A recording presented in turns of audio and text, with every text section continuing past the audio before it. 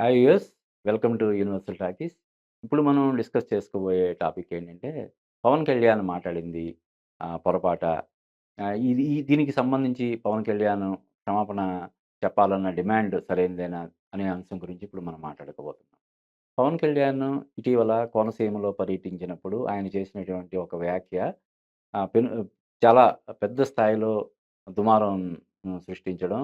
దాని గురించి తెలంగాణలో నాయకులందరూ గూడా అటు కాంగ్రెస్ పార్టీ గాని, అటు బీఆర్ఎస్ కానీ వీళ్ళందరూ గూడా పెద్ద స్థాయిలో స్పందించి పవన్ కళ్యాణ్ క్షమాపణ చెప్పాలి అని చెప్పి ఆహ్, డిమాండ్ చేస్తుండడం మనం చూస్తున్నాము.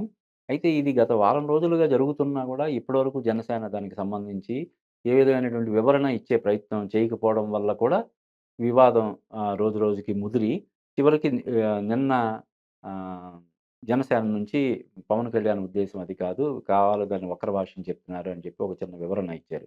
ఇది ముందే చేసుంటే లేదు ఇంతమంది మనోభావాలు గాయపడ్డాయని చెప్పి అంటున్నారు కాబట్టి అని చెప్పి పవన్ కళ్యాణ్ స్వయంగా నేను ఆ ఉద్దేశంతో అనలేదు. ఒకవేళ అలాగా ఏదైనా కన్వే అయితే నేను మాట్లాడింది.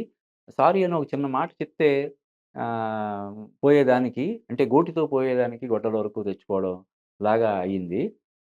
అయితే at the same time Pawan Kalyan చేసిన వ్యాఖ్యల పట్ల స్పందిస్తూ ఇక్కడ మన తెలంగాణ రాష్ట్ర సినిమాటోగ్రఫీ మంత్రి అయినటువంటి కోమటిరెడ్డి వెంకటరెడ్డి పవన్ కళ్యాణ్ సినిమాల్ని అంటే పవన్ కళ్యాణ్ ఈ వ్యాఖ్యలను వెనక్కి తీసుకొని క్షమాపణ చెప్పకపోతే పవన్ కళ్యాణ్ సినిమాల్ని తెలంగాణలో ఆడనివ్వము అనే ఒక ఇది కౌంటర్ ఇవ్వడం అన్నది కూడా అది చాలా విమర్శలకు దారితీస్తుంది. అంటే రాజకీయాల్ని సినిమాలకి ముడిపెట్టడం ఏంటి అనే కోణంలో కూడా ఈవెన్ మన తెలంగాణలో కూడా బీఆర్ఎస్ పార్టీ గానీ, వేరే వాళ్ళు కానీ కోమటిరెడ్డి వెంకటరెడ్డిని తప్పుపడుతున్నారు. అంటే అతను చేసిన వ్యాఖ్యలని తప్పు పట్టడం వరకు ఓకే. క్షమాపణ చెప్పాలని డిమాండ్ చేయడం వరకు ఓకే. కానీ ఈ క్షమాపణ చెప్పకపోతే పవన్ కళ్యాణ్ సినిమాల్ని తెలంగాణలో ఆడనివ్వం అని చెప్పి అధికారంలో ఉన్నటువంటి అంటే శాంతి భద్రతలని పరిరక్షించాల్సినటువంటి బాధ్యతాయుతమైనటువంటి స్థానంలో ఉన్నటువంటి మంత్రి ఇటువంటి బెదిరించడం గాని, లేదంటే హెచ్చరిక జారీ చేయడం గాని అంటే ప్రతిపక్షంలో ఉన్నవాళ్ళో, లేకపోతే మరొకళ్ళు వేరే ప్రజా సంఘాలో, లేకపోతే మరొకళ్ళు ఎవరైనా అటువంటి హెచ్చరిక చేసుంటే అది ఓకే. కానీ ప్రభుత్వంలో మంత్రివర్గంలో కీలక స్థాయిలో ఉన్నటువంటి అది కూడా సినిమాటోగ్రఫీ శాఖ మంత్రిగా ఉన్నటువంటి కోమటిరెడ్డి వెంకటరెడ్డి, పవన్ కళ్యాణ్ తక్షణం క్షమాపణ చెప్పకపోతే మేము పవన్ కళ్యాణ్ సినిమాల్ని తెలంగాణలో ఆడనివ్వము అని చెప్పి ఆయన హెచ్చరించడాన్ని కూడా ఎక్కువ మంది విమర్శిస్తున్నారు. అది సరికాదని చెప్పి ఈవెన్ తెలంగాణలోనే రాజకీయ పార్టీలు దాన్ని తప్పుపడుతున్నాయి. అయితే పవన్ కళ్యాణ్ ఇప్పుడు ఒక సినిమాలో 'అత్తారింటికి దారేది' సినిమాలోనో ఇందులోనో పవన్ కళ్యాణ్ చెప్పిన డైలాగ్ ఒకటి చాలా పాపులర్. ఎక్కడ నెగ్గాలో కాదు, ఎక్కడ తగ్గాలో తెలియడం చాలా ముఖ్యం అని ఆయన చెప్తాడు. అది ఇప్పటికి గూడా అంటే కోట్లాది మందికి చేరువైపోయినటువంటి ఒక మంచి అద్భుతమైనటువంటి డైలాగ్. 'త్రివిక్రమ్ శ్రీనివాస్' రాసిన డైలాగ్ అది. ఆహ్, అది మరి పవన్ కళ్యాణ్ స్వయంగా అది ఒక సినిమాలో చెప్పి, తర్వాత దాన్ని అది ఒక పార్టీ విధానంలో ఒక భాగంలాగా ఆయన ప్రిన్సిపల్స్‌లో ఒకటిలాగా జనాలు ఆయన అభిమానులందరూ తీసుకుంటున్న ఈ త ఇది ఇందులో ఆయన అవసరమైతే ఒక ఒక ఒక అడుగు తగ్గడంలో తప్పేముందని చెప్పి ఆయన ఎందుకు ఆలోచించలేదన్నది కూడా నాకు నిజంగా అర్థం కాలేదు. అంటే నిజానికి ఆయన చేసిన వ్యాఖ్య కూడా డైరెక్ట్‌గా తెలంగాణ వాళ్ళ వాళ్ళ దిష్టి తగిలి ఇది ఇక్కడ జరిగింది అని డైరెక్ట్‌గా అనలేదాయన. ముందేమో ఈ కోనసీమ అందాలను చూసి తెలంగాణ నాయకులు ఇదవుతుంటారు ఈ అన్నట్టుగా అని తర్వాత దిష్టి తగిలి ఇలాగా అయిందని చెప్పి అన్నాడు.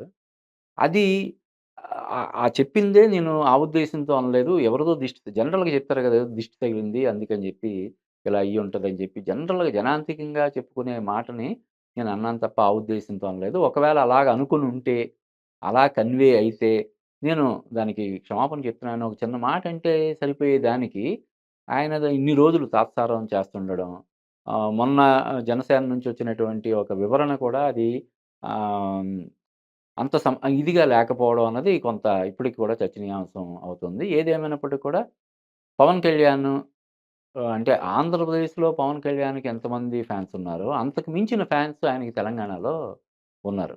ఇంకా చెప్పాలంటే ఆంధ్రాలో ఉన్న ఫ్యాన్స్‌కి కొంత కమ్యూనిటీ బేస్డ్ ఇది ఉంటది. అంటే ఒక సామాజిక వర్గం ఆయన్ని విపరీతంగా అభిమానిస్తది అనే ఒక చిన్న విమర్శ ఉంది. ఇక్కడ అలా లేదు. తెలంగాణలో ఆయన్ని వీటికి అతీతంగా సామాజిక వర్గానికి అతీతంగా ఆయన్ని అభిమానించే వాళ్ళు, ఆరాధించేవాళ్ళు ఉన్నారిక్కడ. అటువంటిది అంటే తన అభిమానులను దృష్టిలో పెట్టుకొనైనా ఇక్కడున్న లక్షలాది అభిమానులకి ఇబ్బంది లేకుండా ఏంటే మీ పవన్ కళ్యాణ్ ఇటువంటి వ్యాఖ్యలు చేస్తాడా? అని చెప్పి అభిమానుల్ని ఎవరినైనా ఆట పట్టించే ఇది గాని, లేకపోతే వాళ్ళని నిందించే ఇది అవకాశం కానీ ఇవ్వకుండా, తన అభిమానుల దృష్టిలో పెట్టుకొనైనా ఈ పాటికి పవన్ కళ్యాణ్ ఒక చిన్న ఇది ఈ ప్రకటన సారీ ఇచ్చుంటే సరిపోయి ఉండేది. కానీ ఎందుకు మరి ఆయన ఇలా చేస్తున్నాడు ఏంటనేది మనకు అర్థం కావట్లేదు. ముఖ్యంగా ఇప్పుడు ఇక్కడ జరగబోయే గ్లోబల్ సమ్మిట్‌కి ఆంధ్రప్రదేశ్ నుంచి ఆంధ్రప్రదేశ్ ముఖ్యమంత్రిని కూడా ఇక్కడ తెలంగాణకి ఆహ్వానిస్తున్నారు. ఆహ్వానించే బాధ్యతని కోమటిరెడ్డి వెంకటరెడ్డికి అప్పచెప్పారు. మన ఇక్కడ తెలంగాణ ముఖ్యమంత్రి అయినటువంటి రేవంత్ రెడ్డి.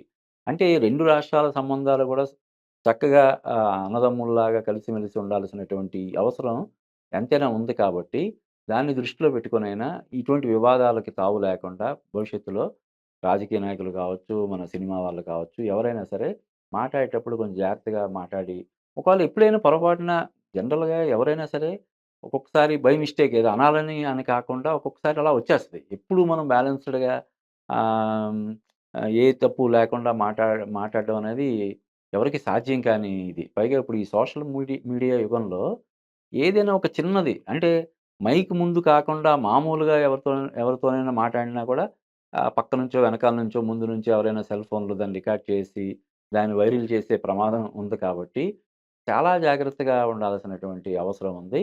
దాన్ని దృష్టిలో పెట్టుకొని ఇక ముందు ఎవరు ఇటువంటి వ్యాఖ్యలు అవి చేయకుండా ఉండాలని మనం కోరుకుందాం.